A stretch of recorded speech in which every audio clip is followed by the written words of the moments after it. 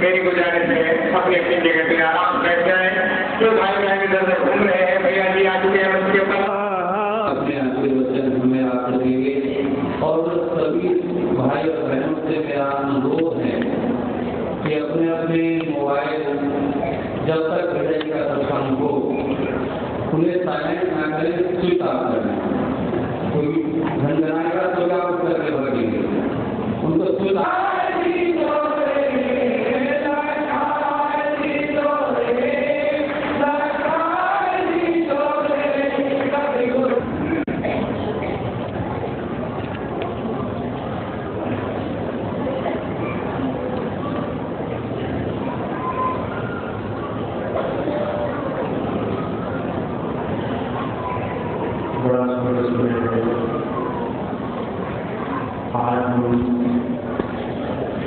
परम संत गुरु कृपाल सिंह जी महाराज के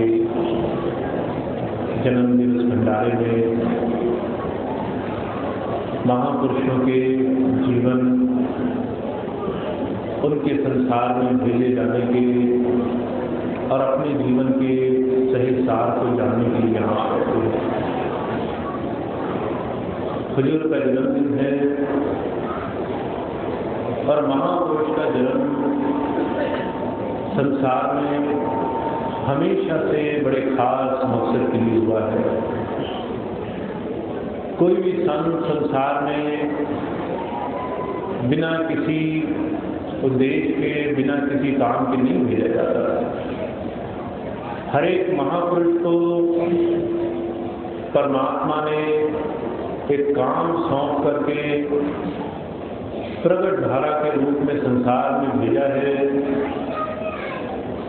और हर एक महापुरुष के पास सबसे बड़ा काम क्या होता है? कुछ आत्माएं जन्मों जन्मांतरों से संसार में दुखी हैं,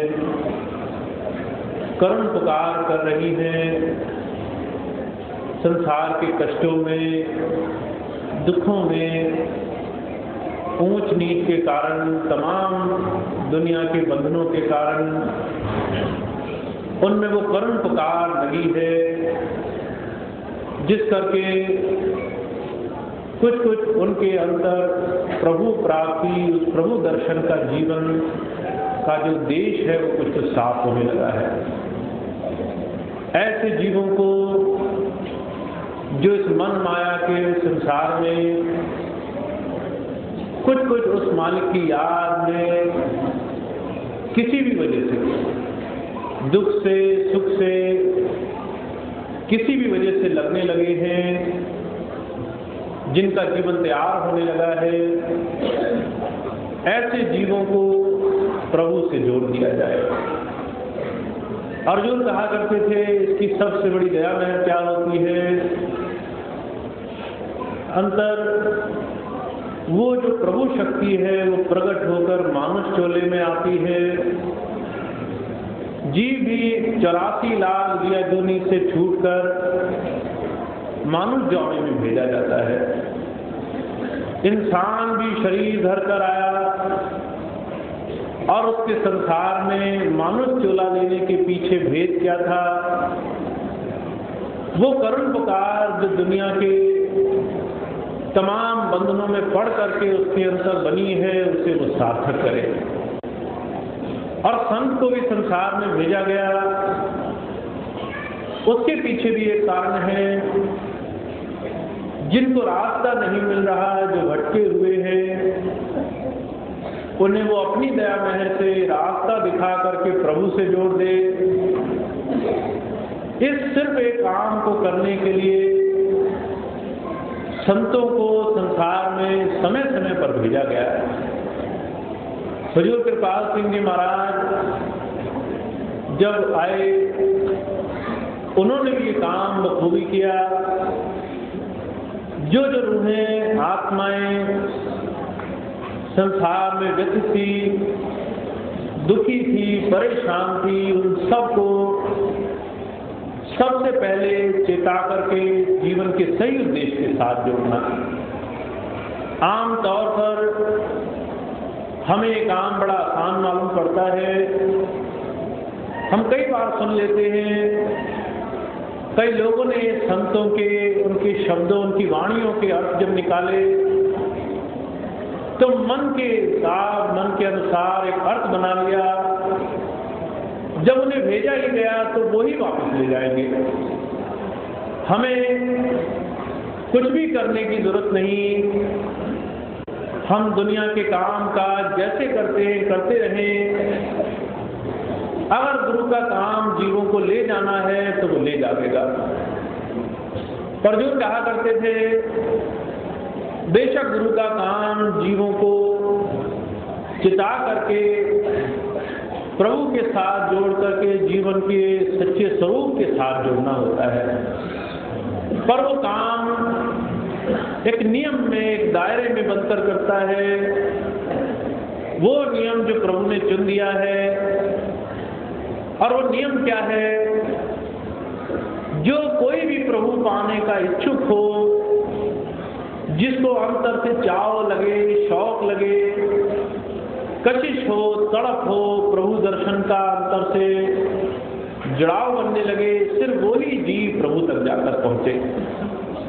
हर किसी को नाम से जोड़ करके प्रभु भक्ति का साधन नहीं दिया जा सकता। कारण क्या है? हुजूर कहा करते थे, संतों का नाम देना जीव को चिताने का रास्ता है। दुनिया के भ्रम, भूल, अच्छी बुरी तमाम बातों से हमारा मन अलग करके उस प्रभु के साथ जोड़ने का तरीका, उस परमात्मा के ख्याल, उसकी याद, उसके आंतरिक स्वरूप के साथ जोड़ने का तरीका वो संतों का नाम दीक्षा है। हुजूर बाबा सावन सिंह जी महाराज फरमाया करते थे, उनके साथ एक अमेरिका के डॉक्टर थे, डॉक्टर जॉनसन, होम्योपैथिक के डॉक्टर थे। वो कई बार उनसे सवाल करते। एक बार सवाल पूछा कि हुजूर, इंसान मानुष जामा 84 लाख यजुनी का सबसे सुंदर जामा कहा गया, क्या जरूरत है उस प्रभु को इंसानी जामे के आगे हर एक जीव को विवश करके रखे? उसे अगर किसी को छुटकारा दिलाकर ले जाना है, कोई चिंद हो, परिंद हो, पशु पक्षी हो, कीड़ा हो, कोई भी जो है जोनी भोग रहा हो, उसे तो वहीं से पार करके ले जाता है। उस परमात्मा को क्या जरूरत पड़ी वो इंसानी शरीर में ले जा करके भक्ति करा करके जीवों को प्रभु से जोड़े? जब ये बात पूछी, बाबा सावन सिंह जी महाराज कहने लगे, भक्ति के कई अर्थ दुनिया में लोगों ने लगाए हैं।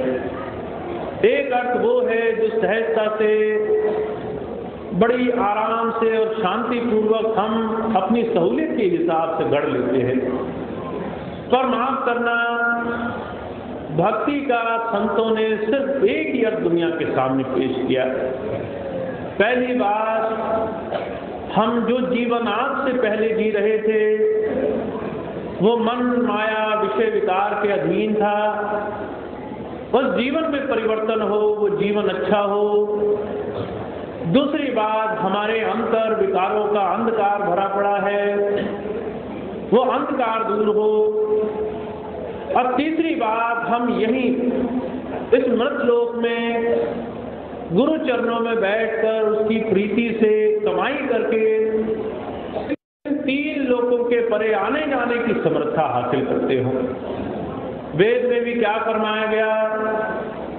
कहा, अगर तुम चाहते हो धर्म पर चलना तो इन नियमों को जीवन में पालन कर लो। पहली बात क्या कही? का अस्तो मां सद्गमय, तमसो मां ज्योतिर्गमय, मृत्योर्मा अमृतगमय। पहला जो है, सबसे पहला सिद्धांत क्या है? भक्ति का सबसे पहला असूल क्या है? जीवन का सुधार। जीवन विषय, विकार, इंद्रिय, दुनिया के अच्छे बुरे कर्मों का रूप बना पड़ा है। अच्छी बुरी तमाम चीजें हमें अपनी जिम्मेदारी मालूम पड़ती है और हम उसे पहले से हर घड़ी ज्यादा से ज्यादा करने की कोशिश करते हैं। हुजूर कहा करते थे, दुनिया को निभाना अलग चीज है, दुनिया को भोगना अलग चीज है। जिसको हम संसार में जिम्मेदारी मानते हैं वो दुनिया को भोगना है, और दुनिया को निभाने के लिए वो जीवन, वो सिद्धांत जीवन में लेना जरूरी है, जिससे हम हर पल हर घड़ी सच्चाई और सफाई के रास्ते पर चलकर जीवन बनाने वाले बन जाते। तो वेद ने पहली बात क्या कही? जीवन बनाओ। हमारा जीवन असद के रास्ते पर, बुराइयों के, विकारों के रास्ते पर है। अब हम सोचेंगे बुराई किस बात की? ना हम चोरी करते, ना बदमाशी करते, ना हम लोगों के लिए कोई गलत काम करते, ना हमारा किसी से ज्यादा खास लेना देना है, फिर हम गलत रास्ते पर कहाँ हैं? सिर्फ अपनी गृहस्थ जीवन भोग रहे हैं, दैनिक दिनचर्या निभा रहे हैं, इसमें बुराई की गुंजाइश नहीं रह जाती। पर जो कहा करते थे, एक बुराई वो जिसकी हमने मान्यता संसार में सौंपी, खून खराबा ना करना, लोगों को नहीं मारना पीटना, लोगों के लिए बुरे काम न करना, इसको हमने सामान्य सी बुद्धि से बुराई का दर्जा दिया है। पर वो कहते ये बुराई नहीं, सिर्फ बुराई का एक छोटा सा अंश है। अगर शरीर से बुराई होती है, उससे ज्यादा, उससे करीबन 10 गुना ज्यादा बुराई जबान से होती है। आप किसी को अगर एक तमाचा भी मारते हो तो 10 बार पहले उसके लिए बुरा बोल लेते हो। एक जो है गलत काम शरीर से करने से पहले 10 बार वो गलत बात हमारी जबानदारी से बोली जाती है। पर वो कहते हैं उससे 1000 गुना ज्यादा वही बुराई जड़ बनकर के पहले हमारे मन में पड़ी होती है। पहले मन में बुरे ख्याल आते हैं। आप उसे बर्दाश्त तब तक करते हो जब तक आप सहन करना छोड़ नहीं देते और उसको जबान से बोलना शुरू नहीं कर देते। हुजूर कहा करते थे, ऐसी तमाम बुराइयों की जड़ मन में पड़ी हुई है जिससे आज इंसान छूटा नहीं, और जो मन को इतना गंदा रखते हैं, इसमें प्रभु भक्ति, प्रभु प्रेम का साधन नहीं बन पाता। निंदा, चुगली, द्वेष, धड़ेबंदी, दूसरों के लिए मन ही मन बुरे ख्याल लाना। हुजूर कहा करते थे, इन बुराइयों का इतना बड़ा भंडार मन ही मन संचय हो रखा है जिसकी कल्पना तक इंसान अपने सामान्य बुद्धि से नहीं कर पाता। जब संत पर्ची लगाते हैं, हमें आईना दिखाते हैं, हमें इस बात की सच्चाई का अनुभव कराते हैं, हमने जाने अनजाने दूसरों के लिए बुरा चिंतन मनन कर करके, उसकी बुरी चर्चाएं कर करके अनगिनत पाप कर्म बढ़ाए हैं। वो पाप कर्म ही ऐसे हैं जो भक्ति, प्रभु प्राप्ति के रास्ते में बहुत बड़ी रुकावट है। तब कुछ कुछ इस बात का अंदाजा लगता है, हमने जो भक्ति के स्वरूप माने वो सारे मनगढ़ंत स्वरूप थे। भक्ति का स्वरूप शुरू होता है जीवन की सफाई से, जीवन की पड़ताल से। हुजूर कहा करते थे, जिसका जीवन गंदा है, जिसके जीवन में उसने अंकुश नहीं लगाया, सफाई करनी नहीं शुरू करी, माफ करना, वो जीवन में प्रभु भक्ति के साधन को भी आसानी से नहीं कमा पाता। महापुरुषों ने पहली मिसाल क्या पेश करी? जीवन का सुधार जरूरी है, जीवन की खामियों से छूट जाना जरूरी है। पहली चीज है कि हम अपने जीवन को सच्चा और गुरु स्वरूप के मुताबिक, उनके हुक्म के मुताबिक रोज रोज अच्छा करते चले जाए। हुजूर फरमाया करते थे, ethical life is the stepping stone of the spirituality. प्रभु पाने के लिए सबसे पहली जरूरत क्या है? जैसे एक भवन बनाने के लिए पहली ईंट बुनियाद में लगानी पड़ती है। अगर कोई कहे मैं पहले दीवार में ईंट लगाऊंगा जब पूरा भवन बन जाएगा तो बुनियाद भरूंगा। तो कोई भी समझदार पुरुष इस बात को सुन करके हंस देगा, पर वो इस बात पर एक दर्जे भी अमल नहीं कर सकता। पहले बुनियाद, फिर दीवारें, फिर छत। हुजूर कहा करते थे ऐसे ही आध्यात्मिकता की बुनियाद नेक पाक पवित्र जीवन है। जीवन अच्छा, प्रभु भक्ति का रास्ता खुलने लग जाता है। तो हुजूर क्या फरमा रहे, वेदों में क्या फरमाया गया, असद से, बुराई से हमें अच्छे विचार, अच्छा जीवन जीना, ये सबसे पहले हमारे जीवन की जरूरत होनी चाहिए। हाफिज मोहम्मद साहब थे, आज़ादी से बहुत पहले पाकिस्तान में लाहौर के क्षेत्र में रहा करते थे। उन्होंने जब इबादत शुरू करी, भक्ति शुरू करी, तो उन्हें पहली हिदायत क्या दी गई, कहा जीवन सुधारो, जीवन का सुधार जरूरी है। हम सोचते हैं ये हमारे बस की बात नहीं, हम जीवन का सुधार कर सकें। पर जो कहा करते थे अगर दुनिया में कोई भी हमारे जीवन का सुधार कर सकता है तो वो सिर्फ हम ही कर सकते हैं। कोई दूसरा हमसे जबरदस्ती हमारी मर्जी के विरुद्ध काम नहीं करा सकता। यहाँ तक तो दूर जिसे हम महापुरुषों की, प्रभु प्राप्त योगियों की संज्ञा देते हैं, वहां भी जब तक स्वेच्छा ना हो उनकी बात आसानी से मानी नहीं जा सकती, उनकी बात पर अमल नहीं किया जा सकता, उनकी बात को पूरी तरह से जीवन में उतारा नहीं जा सकता। हुजूर मिसाल फरमाते थे, एक जो है 10वीं पातशाही गुरु गोविंद सिंह जी महाराज के समय में एक सरदार हुआ, डल्ला उसका नाम हुआ करता था। उन दिनों मुगलों से जब लड़ाई चली तो बड़ा भारी जानो माल का नुकसान हुआ, सेवादार कम पड़े और सामान जुटाने के लिए धन की सेवा कम पड़ी और व्यवस्थाएं नहीं होती थी। ऐसे में डल्ला आया, गुरुजी से कहने लगा, गुरुजी मैं सेवा के लिए राजी हूँ, जहाँ कहोगे वही सेवा करूँगा, जिसकी कहोगे उसके लिए मैं अपनी जी जान लगा दूंगा।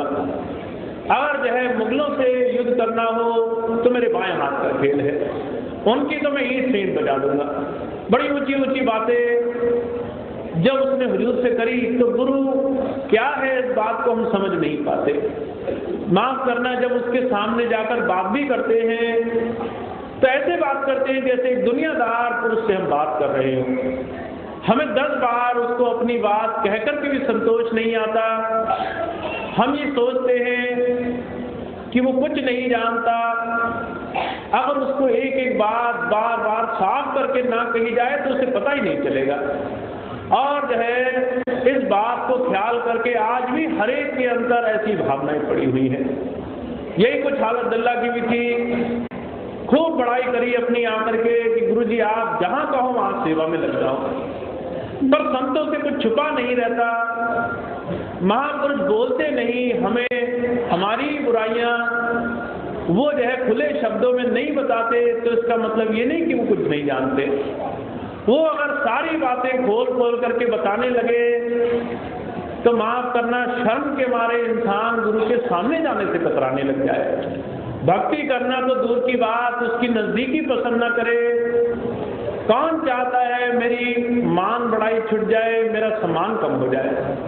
ऐसे में डल्ला ने जब इतनी बातें करी, गुरु साहब जानते थे ये है कुछ और, बयान कुछ और ही कर रहा है।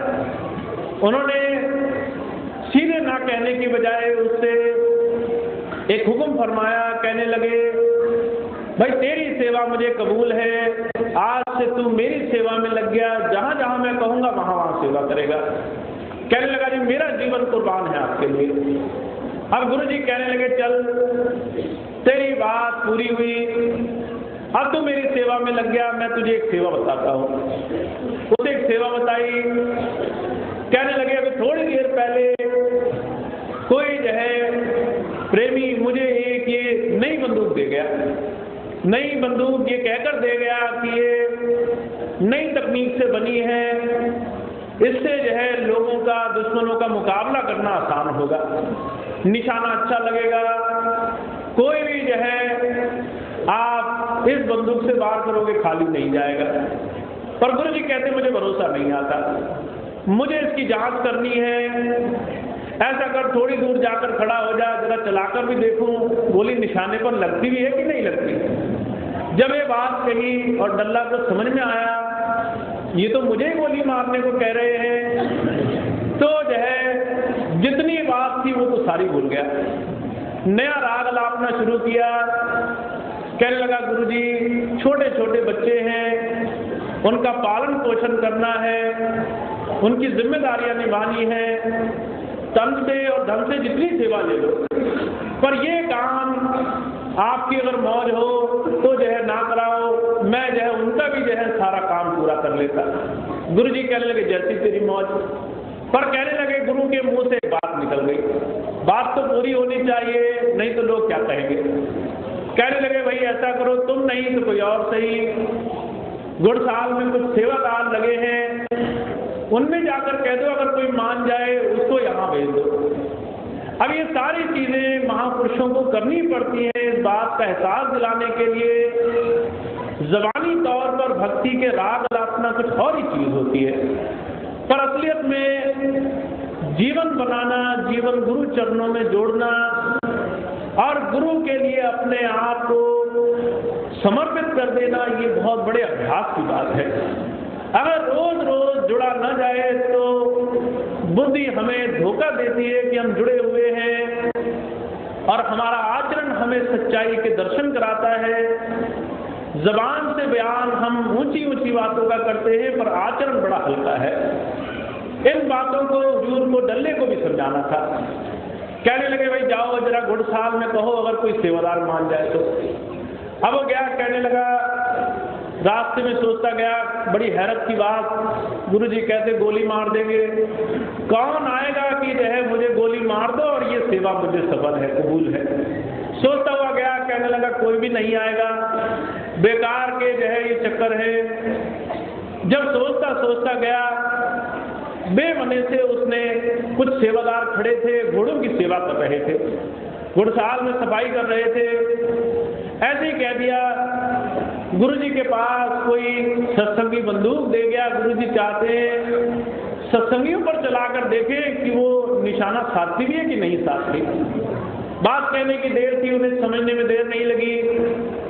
जब उन्होंने समझे कि जो है गुरुजी सेवा चाहते हैं, शिष्य का और गुरु का जो संबंध होता है वो तभी पक्का होता है जब आत्मा से हम गुरु चरणों में अपना जीवन जोड़ने लग जाए। जिसका अंतर से ख्याल गुरु चरणों में जुड़ चुका है, जो आत्मा से गुरु को अपने मन मंदिर में रोज रोज प्रयास करके साधन से लगन से बसा चुका है, उसको फिर जान माल की फिक्र कहाँ, उसे फिर इस बात की खबर कहाँ कि ये शरीर छूट जाए तो मैं ज्यादा नुकसान में हूं या ज्यादा फायदे में हूं। यही ख्याल उनके अंतर था। जब सत्संगियों को कहा गया भाई ऐसे ऐसे गुरुजी बुलाते हैं, उसने डल्ले ने सोचा कौन जाएगा, पर वहां हालत कुछ उल्टी दिखाई दी। जितने भी थे सारे ऐसे दौड़ लगाने लगे जैसे किसी को बहुत अच्छी चीज देने के लिए बुलाया गया हो। दौड़ते भागते गिरते पड़ते वो जो है एक दूसरे को धक्का लगा लगा करके गुरुजी के सामने पहुंचे। कहने लगे मैं यहाँ सामने खड़ा होऊंगा। गुरुजी से अर्ज करते थे सारे झगड़ झगड़ करके कि गुरुजी मैं तो बिल्कुल भी सेवा नहीं कर पाता, ये दूसरा बड़ी अच्छी सेवा करता है, अगर इसको आपने खड़ा कर लिया तो सेवा नहीं होगी, इसको सेवा पर भेज दो, मुझे जो है बंदूक मेरे ऊपर चला करके देखो। सारे झगड़ रहे थे। गुरुजी ने उनकी बात सुनी, कहने लगे भाई सारे खड़े हो जाओ। अब संतों का तीर चलाना किसी पर होता है, लगता है जाकर किसी और को। जब ये बात उन्होंने उन सबके सामने कही भी सारे लग जाओ, दल्ला मन ही मन सोच रहा था आज गुरुजी को क्या ना जाने पड़ी। जितने सेवादार सेवा के लिए आते हैं वैसे ही कम है, ये कहते हैं इन पे भी गोली चला करके देखेंगे। मन ही मन सोच रहा था गुरुजी अजीब अजीब हरकतें कर रहे, पर गुरु के सामने कोई क्या बोले, चुपचाप मन ही मन हीन भावना रखता रहा। गुरुजी अपना खेला खेलते रहे, सबको खड़ा किया, बड़ी देर निशाना साधा। दल्ला की जय हालत अंधे अंदर पस्त हो रही थी। जब जो है उन्होंने गोली चलाई तो एक के भी नहीं लगी, ऊपर से गोली निकल गई। गुरुजी कहने लगे भाई बंदूक ठीक है, मुझे जो है इस बार में कोई शुबह नहीं। अब डल्ला बड़ी देर तक सोचता रहा, कहने लगा अगर गोली ऊपर से ही निकालनी थी तो मुझे ही कह देते, मैं ही खड़ा हो जाता, इसमें क्या परेशानी थी।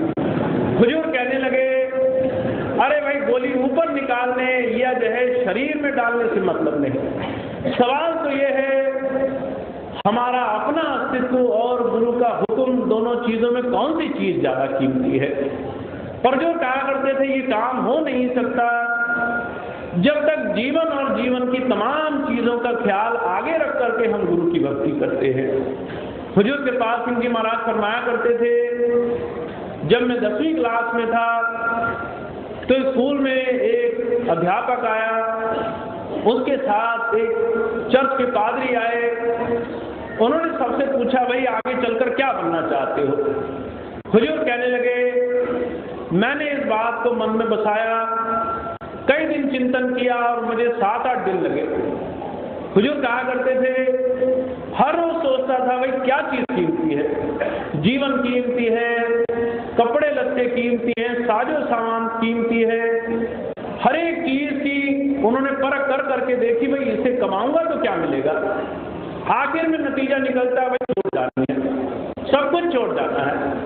एक चीज आखिर में आकर के हृदय में जम गई, प्रभु भक्ति, प्रभु दर्शन, उस मालिक को एक बार देखना जिसने हर एक चीज हमारे लिए बनाई, उसको देखना जीवन का सबसे पहला और सबसे परम लक्ष्य बनाना चाहिए। और उन्होंने ये लक्ष्य बना लिया, पहले प्रभु बाद में दुनिया। क्या फरमाया, का गॉड फर्स्ट वर्ल्ड नेक्स्ट। पहले प्रभु पाने के लिए जीवन जीऊंगा, साथ साथ जो दुनिया मेरे गुजरान के लिए जरूरी है उतना भी करता रहूंगा। और जो कहा करते थे सारा जीवन मैंने दुनिया और परमार्थ साथ साथ निभाए, पर मैंने कभी किसी चीज में कमी नहीं पाई। जब संत आते हैं वो दया करते हैं, इस बात का जीवन बनाने के लिए आते हैं हम सुख में और दुख में दोनों में अपने जीवन को प्रभु में कर सके। पर ये काम ज़बानी जमा खर्च से माफ करना किसी ने आज तक नहीं किया। पर ये बड़ी सामान्य सी बात है, जीव उलझ जाता है, गुरु की बात को समझने की बजाय अपने मन बुद्धि लगा करके उस बात को अलग मोड़ने का प्रयास करता है। पर जो कहा करते थे भक्ति कुछ और नहीं है, भक्ति सबसे पहले जीवन को गुरु चरणों में जोड़ देना है। ये शरीर हमारा पहला दायरा है, शरीर की सफाई जरूरी है। इसलिए वेद में क्या कहा, बुराई से बचो। और सबसे पहले जीवन को अच्छे काम, और अच्छे काम की परिभाषा भी क्या है, गुरु अनुरूप गुरु के हुक्म के मुताबिक अपने जीवन में सच्चा और सादगीपूर्ण जीवन बनाने वाले बन जाओ। दूसरी बात कहते भाई ये प्रार्थना करो, तमसो मां ज्योतिर्गमय। हमारे अंतर जो है अंधेरा है, वो अंधकार हम बड़े बड़े साधन कर चुके, वो अंधकार नहीं मिटा। बड़े बड़े जतन करने के बावजूद भी, बड़े बड़े जब तक नियम संयम करने के बाद भी अंदर का ये अंधेरा नहीं दूर होता। कहते हैं अंधेरा मेरा दूर हो जाए तो दूसरी चीज की जरूरत क्या है, एक सत्संगी अगर चाहता है गुरु के और अपने बीच के इस प्रेम के नाते को और ज्यादा मजबूत करके अंतर से जुड़ाव हासिल कर ले, तो दूसरी चीज की जरूरत है वो जो है अंतर इस अंधेरे को दूर करने के लिए प्रयासरत होने लग जाए। यहाँ हमारी ज्यादा कुछ नहीं चलती। पर जो कहा करते थे इस कमाई के साधन में दो चीजें अगर हम पक्की कर लें तो गुरु की दया मेहर हमें जरा आसानी से प्राप्त हो जाती है। वो दोनों चीजें कौन सी हैं? पहली चीज, शरीर से बैठक हमारी अच्छी होने लग जाए, हम शरीर से सारे काम में लग करके उस मालिक की याद में जुड़ने का नियम बनाने लग जाए। और दूसरी बात, हमारा सिमरन पक्का हो जाए, हमारा अंतर से गुरु की याद में लगने का साधन पक्का हो जाए। हुजूर कहा करते थे सिमरन पक्का करना और ध्यान पर बैठना, ये दो काम असहाय से साधन हैं जिसको करने के बाद ये कहा नहीं जा सकता हमने अपनी ताकत से प्रभु को पा लिया, पर एक प्रयास सत्संगी के लिए उसको गुरु चरणों में जोड़ने का साधन बना देते हैं।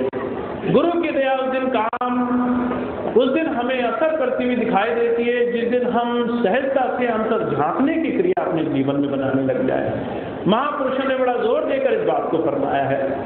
स्वामी शिवदयाल सिंह जी महाराज फरमाया करते थे, कहा करते थे, मन और आत्मा दोनों ही सहज साधनों में इस शरीर में बैठे हुए हैं। जब कोई गुरु चरणों में जाता है, आत्मा से नाम की कमाई का साधन गुरु चरणों में बैठकर सीख लेता है। मन हमेशा से हमें दुनिया में खींचने का नियम बना रहा है। ऐसे में जब कोई नाम की कमाई करके अंतर जुड़ने का साधन बनाने लग जाता है तो गुरु की दया से भजन सिमरन आसानी से बनने लग जाता है। पर उनका क्या होगा जो है आत्मा से कमाई का साधन बिल्कुल छोड़े बैठे हैं। मन अपना काम 24 घंटे कर रहा है, दुनिया की चिंताओं में, परेशानियों में, दुनिया की हील दलील में, अच्छे बुरे ख्यालात में, अच्छे बुरे साधनों में हमें फंसाने में देर नहीं करता। पर कहते हमने आत्मा से नाम की कमाई का साधन पीछे छोड़ दिया, उससे हम अपने आप को गुरु चरणों में जोड़ने का बिल्कुल भी साधन नहीं बनाते। स्वामी जी महाराज फरमान करते, भाई ऐसे जीवों का क्या होगा जो गुरु की याद में आत्मा को नहीं जोड़ रहे, मन माया की गत में 24 घंटे लग करके अपना सारा समय बर्बाद कर दिया। हुजूर सिर्फ एक बात फरमाया करते, कहते अभ्यास प्रयास इसलिए जरूरी है हम गुरु चरणों में लगकर नाम की कमाई से अपना जीवन जीने लग जाए, रोज रोज हमारा समय उनके चरणों में जुड़ने लग जाए। और तीसरी बात क्या कहते, मृत्यु और मां अमृत गमय, ऐसा साधन बने, ऐसी कमाई हो कि सिर्फ दिखाई देने और सुनाई देने तक सीमित ना हो। हम जीते जी रसाई करके 3 लोगों से परे तक की कमाई करने वाले बन जाए। मौत को हमेशा हमेशा जीतने का हुनर हमारे जीवन में बना हो। पर ये काम सिर्फ तभी संभव है जब हम गुरु चरणों में बैठकर उसकी सोबत संगत में लग करके अपने जीवन में कुछ अभ्यासी होने लग जाते हैं। हुजूर कृपाल सिंह जी महाराज ने इस बात का बड़ा ऊंचा उदाहरण दुनिया के सामने हमेशा पेश किया। कहा संतों का काम क्या है, उनको भेजने का उद्देश्य सिर्फ इतना है वो जीवों को पहले जीवन की इस सच्चाई के बारे में चिता करके उनको सही साधन की तरफ इंगित कर दे, उन्हें दिखा दें कि जीवन प्रभु भक्ति के लिए हमें दिया गया। हम दुनिया के काम कर रहे पर उसका नतीजा सिर्फ दुनिया में बना हुआ है। अगर तो उसका नतीजा प्रभु में जाकर के मिलने का होगा। इसलिए संतों का पहला काम क्या, जीवों को चिता करके उनको होश हवास में ला करके जीवन की सच्ची पर ये माफ करना काम सभी जीव सभी सत्संगी भाई नहीं कर पाते। कारण क्या है, कुछ ने अपने और गुरु के बीच में मन बुद्धि को जोड़ लिया, कुछ ने उनकी बातों को मोड़ तोड़ करके अपनी सहूलियत के हिसाब से आसान बना लिया। किसी ने कुछ बना लिया, किसी ने कोई बात का कोई अर्थ निकाल लिया और जो है सारी बात का अर्थ का अनर्थ हो गया। तो जो कहा करते थे संतों की बात उस दिन समझ में आती है हम उनकी सोबत संगत में जुड़ने लग जाएं, उनको मन मंदिर में उनकी याद अपने हृदय में, उनका ख्याल अपने जीवन में बसाने वाले बन जाए। इस बात को जीवन में बनाना, इस बात के लिए जीवन जीना, ये एक सत्संगी के लिए सबसे पहला काम होना चाहिए। स्वामी शिवदयाल सिंह जी महाराज क्या फरमाया करते थे, कहा करते थे बड़ा हल्का सा फर्क है सत्संगी हो जाने में और सत्संगी कहलाने में। कहा करते थे गुरु चेला व्यवहार जगत में झूठा बरत रहा, कासे कहूँ भेद नहीं कोई धोखेदार बहा। गुरु और शिष्य तो देखो तो संसार में बहुत मिलेंगे, शिष्य बहुत हैं। आज अगर देखो तो लगभग हर एक इंसान ही किसी न किसी गुरु का शिष्य है। गुरु परंपरा ये एक प्रचलित साधन बन गया है मान बढ़ाई का। पर फिर भी जो है गुरु और शिष्य का असली स्वरूप क्या है, ये सिर्फ संतों ने बयान किया। कहते गुरु और कहलाना ये एक अलग बात है, पर गुरु और शिष्य हो जाने के लिए इस देह शरीर के बंधन से ऊपर उठना बहुत जरूरी है। इस शरीर की कैद को छोड़ने के लिए अभ्यासी हो जाना बहुत जरूरी है। इसलिए सबसे पहली जरूरत क्या है, हम गुरु चरणों में लग करके नाम की कमाई के साधन से जुड़ करके कुछ कुछ प्रेम प्यार से इस साधन को बनाते चले। इसलिए हुजूर ने सिर्फ एक बात पर जोर दिया, सबसे पहली चीज हमने अपने जीवन की पड़ताल करनी है, अपने जीवन की संभाल करनी है। दूसरी चीज अपना सिमरन हमने पक्का करना है, अपना ख्याल गुरु चरणों में जोड़ना है। और सबसे बड़ी चीज, जब हम धीरे धीरे इस बात से चेतने लग जाएं, हमें इस बात का रोज रोज ख्याल रहे, हम सत्संगी हैं, हमें गुरु चरणों में कुछ कमाई करके अंतर की हालत पानी है, उस दिन हम थोड़ा थोड़ा अभ्यास करके नाम की कमाई का साधन बनाने लगे। हुजूर कहा करते थे इन बातों को एक एक करके जीवन में बनाने लगो। पहला बुनियादी नियम क्या, जीवन की सफाई करो, जीवन अच्छा बनाओ। दूसरा बुनियादी नियम क्या, थोड़ा थोड़ा इस मन में गुरु की याद को, उसके सिमरन को, उसके ख्याल को बसाने लग जाओ। जितना सिमरन अच्छा होगा, जितना सिमरन गुरु चरणों में लगकर बना रहेगा, उतनी जल्दी साधन बनेगा। इसी बात को हमारे उन्होंने कई बार अपने प्रवचनों में इस बात को कहा। सिर्फ एक ही बात को स्वामी जी ने कई बार फरमाया, कहा आप भजन भी मत करो, आप अगर गुरु चरणों में सत्संग में अगर आ भी नहीं पाते, वो भी एक बार को मान लिया जाएगा, पर गुरु की याद, गुरु का ख्याल करे बगैर अगर कोई काम करते हो, अगर गुरु के सामने सीधे सच्चे नहीं हो जाते, तो ये काम आसानी से नहीं होता। इसी बात को महापुरुष ने बिल्कुल सिद्धांत रूप में पेश कर दिया। अगर हम चाहते हैं प्रभु भक्ति करना, तो पहला बुनियादी नियम क्या है, मन और तन की सफाई कर ली जाए, सिमरन पक्का हो, गुरु की याद पक्की हो, गुरु का ख्याल मन ही मन बना रहे। स्वामी जी ने कई बार कहा है 5 मिनट 5 बार सिमरन कर लिया करो, और उसके बाद कोई भी काम करो, उसका हर एक काम का जिम्मेदार गुरु। 5 मिनट सिमरन कर पाना भी माफ करना आसानी से संभव नहीं होता। हम कोशिश करते हैं सिमरन करना, 1 मिनट लगकर अगर सिमरन कर लिया, तो जैसे ही दूसरा मिनट शुरू होता है तो जबान तो हिलती रहती है, पर मन जो है इधर उधर भागने लग जाता है। आंखें बाहर की चीजें देख करके उनको मन में बसाने लग जाती है। धीरे धीरे 3-4 मिनट में जबान गुरु के शब्दों का सिमरन करके है, और 5 मिनट बाद अगर आप देखेंगे तो पाएंगे वो सिमरन भी छूट गया, कुछ और ही चीज की चिंताओं में इंसान लगा हुआ है और बड़ा मन लगाकर उन सारी चीजों को सोच रहा है। 5 मिनट सिमरन भी अच्छा तभी होगा जब सांस सांस से सिमरन किया जाएगा, जब ख्याल ख्याल से गुरु की याद मन में बसाकर रखी जाएगी। इसलिए कबीर साहब ने सिर्फ एक बात कही है, कहा ये सांसें कीमती हैं, गुरु चरणों में ने जोड़ने लग जाओ। कहा कहता हूँ कह जात हूँ, कहूँ बजा के ढोल, सांसा खाली जात है त्रिलोकी का बोल। हमारी आपकी एक एक सांस कीमती है, एक एक क्षण कीमती है, एक एक क्षण से, एक एक सांस से गुरु की याद का नियम बनाओगे, तभी जाकर के मन मुताबिक तरीके से हमारा सिमरन गुरु की याद में जुड़ेगा। अगर सिमरन पक्का नहीं तो वो कहते भाई एक एक सिमरन वो इतना कीमती है, अगर वो सिमरन हाथ से निकल गया तो कहते 3 लोगों की कैद भोगनी पड़ेगी, 3 लोगों में जाकर के दुख उठाने पड़ेंगे। एक सांस की कीमत 3 लोगों की कैद है। अगर जो है ये सांस खाली जा रही है तो 3 लोगों की कैद का सामान बन रहा है। वो कहते तुम्हारी सांस, तुम्हारा सिमरन, तुम्हारा ख्याल दमदम घड़ी से गुरु चरणों में जमा होना चाहिए। सिमरन पक्का हो, जीवन अच्छा हो, इसके लिए अभ्यासी होना, प्रयासरत रहना जरूरी है। हुजूर कहा करते थे संतों ने सिर्फ अभ्यास पर जोर दिया है, और इसीलिए आज हुजूर के जन्म दिवस के मौके पर जिस बात को उन्होंने बड़ा खूबसूरती से दुनिया के सामने पेश किया, पहली बात जीवन की पड़ताल करो, सिमरन करो और अभ्यास करो।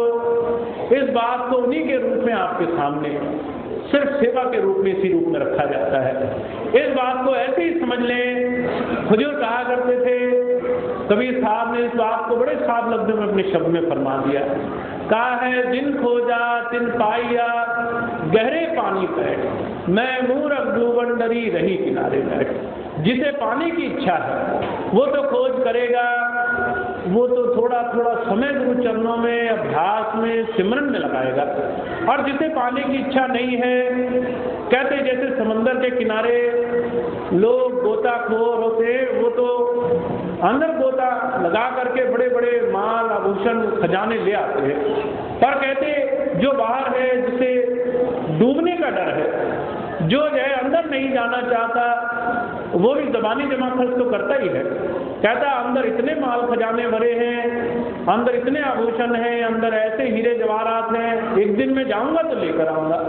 कहते भाई ऐसे ही जो नहीं पाना चाहते वो सिर्फ ज़बानी जमा खर्च कहते कहते अपना सारा जीवन खर्च कर देते हैं। तो जो क्या कहते भाई पाने में और ज़बानी जमा खर्च करने में थोड़ा सा फर्क होता है। वो फर्क संतों ने हमारे सामने पेश कर दिया। अगर हम चाहते हैं नाम की कमाई हो, तो पहले जीवन अपनी मन की गति और मन में गुरु की याद का हम सबसे पहले अपना साधन बनाने लग जाए। इसमें किसी के लिए निंदा चुगली ना हो, द्वैर ना हो, किसी के लिए द्वेष भावना ना हो, इस मन में किसी के लिए षड्यंत्र ना आवे, किसी के लिए बुरे ख्याल तक ना आवे। कोई अगर हमारे लिए बुरा करता भी है, जय हुजूर कहा करते थे, शेख फरीद ने इस बारे में बड़ा खूबसूरती से बयान किया है। कहा कि फरीदा जिनसे मारन मुखियां तिना न मारे भू, कहा घर आपने जाइए पैर तिना बेचो। अगर कोई तुझे कहते मारे भी तो उसे घूमकर कभी न मारना। अगर तुमने जो है किसी के मारने के बदले उसको मारने का नियम बना लिया, तो कहते भाई वो तो पाप का भागी है, हम भी पाप के भागी बन जाते हैं। कहते अगर तुम चाहते हो तुम जो है उस कर्म से हमेशा छूटे रहो, तो कहते चुपचाप घर चले जाओ, और कहते एक काम और करते जाना, उसके पैर भी चूमते जाना कि चलो कुछ विकार थे, उसकी सफाई का साधन इसने बना दिया। हुजूर कहा करते थे, सत्संगी होने में सबसे पहली चीज की जरूरत है संयम बनाकर जीवन की पड़ताल की जाए। महापुरुषों ने ऊंची से ऊंची मिसालें पेश करी है, इसलिए सिर्फ इस बात को उन्होंने सबसे पहला सिद्धांत रखा। जीवन अच्छा होने का तरीका है मन के जो है ख्याल पवित्र हों, उसमें गुरु का सिमरन ज्यादा से ज्यादा बने, गुरु के नाम का सिमरन करने का नियम हमारी दिनचर्या में रोज रोज बनता रहे। तो जो इस बात पर बड़ा जोर फरमाया करते थे। आज उनका जन्म दिवस का अवसर है, जब उन्होंने इस सिद्धांत से जो जो उनके चरणों में आया उसकी नाम को, कमाई के साधन को उसके जीवन में चरितार्थ करके दिखा दिया। ऐसे ही महापुरुष के चरणों में उनके जो है साधन से आज हम जुड़े हुए हैं। अगर हम चाहते हैं अभ्यासियों की तरह हमारे अंतर भी सही साधन खुल जाए, तो पहले इस बात को जीवन में पक्का कर लें, इस बात का नियम अपने जीवन में धारण कर लें। हमारा जीवन और हमारे मन की पवित्रता ये जो है ज्यादा से ज्यादा अच्छी होने लग जाए। इसके लिए जितना संयम बनाया जा सकता है उस संयम को थोड़ा थोड़ा बनाने का प्रयास करें। तो इस साधन को जितना बना लेंगे उतनी जल्दी ये साधन बनने लग जाएगा। तो आज हुजूर के जन्म दिवस और उनके सिद्धांतों का थोड़ा सा स्वरूप इस पहली बेला के सत्संग में आपके सामने रखा गया। शाम को इस बात को और ज्यादा साफ करने की कोशिश की जाएगी। महापुरुषों ने सिर्फ ज़बानी जमा खर्च नहीं किया, खुद भी इन सिद्धांतों पर चल करके ऊंचे से ऊंचे दुनिया के सामने दृष्टांत पेश किए हैं। अपना जीवन उन्होंने मिसाल के रूप में पेश किया है। थोड़ा सा अगर हम भी उनके वचनों पर चल सकें तो हमारा जीवन नाम का एक बड़ा ऊंचा उदाहरण बन सकेगा। तो ये हुजूर की कुछ बात थी जो आज आपके सामने इस पहली वेला के सत्संग में रखी गई। थोड़ा सा इन बातों को ध्यान रखने का प्रयास करें, नियम बना लें, संयम बना लें, ताकि इसका पूरा हमें लाभ मिल सके। तो इस वक्त तो इतनी बात कह के मैं अपनी बात समाप्त करता हूँ। अभी आज का इस समय का ये प्रोग्राम समाप्त है। सभी भाई बहन 2 मिनट बैठे रहेंगे, कुछ खास सूचनाएं हैं, सारी बातें सुन लेंगे, 2 मिनट का समय देंगे। उसके बाद दोपहर बाद का सत्संग 2 बजे से यहाँ शब्दों का कार्यक्रम शुरू होगा। उससे पहले कुछ सूचनाएं हैं, सारी बातें सुन लेंगे, उसके बाद आगे लाभ उठाएंगे।